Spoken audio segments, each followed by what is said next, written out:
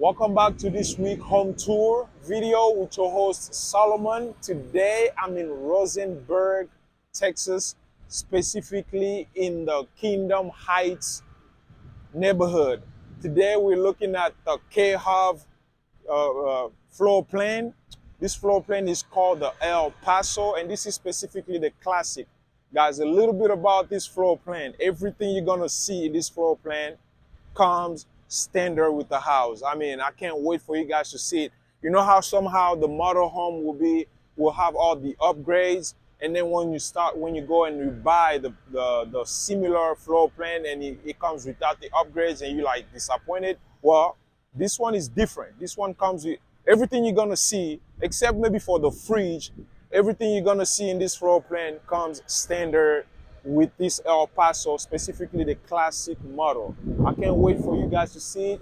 It's a 4-bedroom, 3.5 bath, right over 3,100 square feet. This property is a 2-story, and it's priced at $438,000.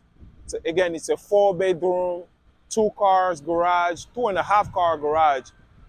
Without further ado, I mean, I can talk about it because I'm really excited for, to show you guys this property at this price range with everything included. Can't wait. Without further ado, let's dive right in.